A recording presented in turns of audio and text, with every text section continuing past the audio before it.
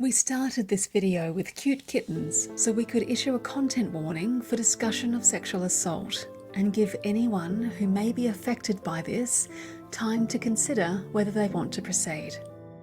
If you're not familiar with the details of the case of Brittany Higgins, then start with the forensic reporting from Samantha Maiden of news.com.au, who broke the story, or Ms Higgins' interview with Lisa Wilkinson on The Project. The events of the week beginning 15th of February 2021 have not just revealed that an alleged violent crime occurred in the ministerial wing of our nation's parliament, it has revealed a crisis of leadership at the top levels of our government. There is no way for the Prime Minister to emerge from this with his credibility or the trust of the nation in him and his government intact. The way in which he, and a long list of his ministers and officials, handled the incident, and 2 years later its disclosure to the public, has been a case study in compounding the trauma of Ms Higgins as a survivor. And a case study in showcasing a government completely devoid of empathy, human feeling, and compassion. The wheels began to fall off Morrison's response from his first press conference, when yet again he politicised his wife and daughters in an attempt to get ahead of the ballooning scandal. He told reporters that Jenny said to him, "You have to think about this as a father first. What would you want to happen if it were our girls?" 10 News' Tegan George skewered this absurdity with, "Shouldn't you have thought about it as a human being? What would happen if men don't have a wife and children? Would they reach the same compassionate conclusion?" Morrison, genuinely flummoxed by her question, replied, "Well, look, in my own experience, being a husband and a father is central to me, my human being. So I just can't follow the question you're putting." Australians, having just discovered that a young staffer was allegedly raped in Parliament House, then discovered that our Prime Minister needed his wife to explain to him why that was bad. And as the week progressed, it only got worse. New facts came to light, day after day. We learned not just about an apparent cover-up of a reported crime, but also the silencing of an alleged rape victim, in order to protect the Liberal government weeks out from the 2019 election. Morrison has repeatedly insisted he and his office and staff knew nothing about this incident until the story broke in the media. When Ms Higgins disputed this, Morrison suggested that her recollection of contact with his principal private secretary and fixer, Jeroen Finkelstein, was faulty due to stress. Former Prime Minister Malcolm Turnbull stated it was inconceivable the Prime Minister's office didn't know about Brittany Higgins' story and her complaints as soon as they happened. We reached peak fast by the end of the week, with Morrison announcing that he was appointing his department secretary to investigate what he, the Prime Minister, had been told and when by his own staff.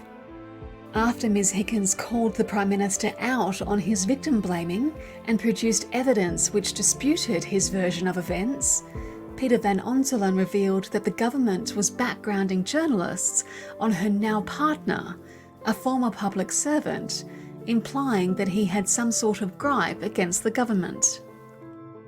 Next, Morrison tried the "it happens everywhere and we're all to blame" defence in Parliament, announcing, "I would say to members of this House, if there is any suggestion that this issue is confined to any one party in this place, I think that is a false suggestion. I think we all understand that." It's likely that Ms Higgins' boss at the time of her assault, Defence Minister Linda Reynolds, will be the one taking the fall over this. Morrison has already publicly rebuked Reynolds for allegedly not informing him of the incident when it occurred. While she deserves all the condemnation she's getting for her role in handling Ms Higgins' alleged assault, she will also be the second female minister to carry the can for Morrison over a scandal that can be traced to his office. Bridget McKenzie was forced to resign over the sports rort scandal last year. Losing one female minister over a scandal linked to the Prime Minister's office could be considered unfortunate. Losing two female ministers over scandals linked to the Prime Minister's office shows a clear pattern. Male ministers like Angus Taylor, Christian Porter, Alan Tudge, Stuart Robert and Richard Colbeck are not even publicly castigated for their errors by the Prime Minister. Meanwhile, the women take the blame and resign their ministries. One of two things occurred in our government this week.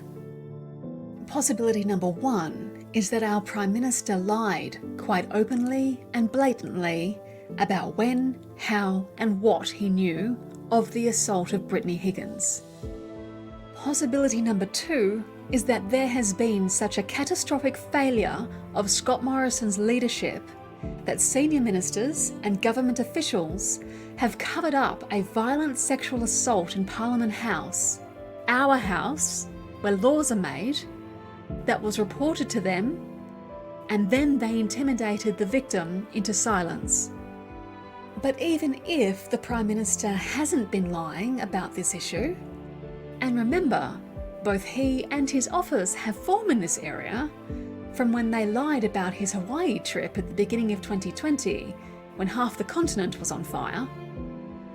Let's put this situation into context.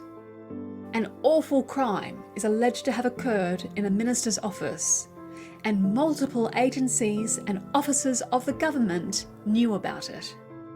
Nothing was done for 2 years until the victim spoke out. That failure alone is incomprehensible and inexcusable. And that failure falls squarely at the Prime Minister's feet, regardless of how many female ministers he throws under the bus.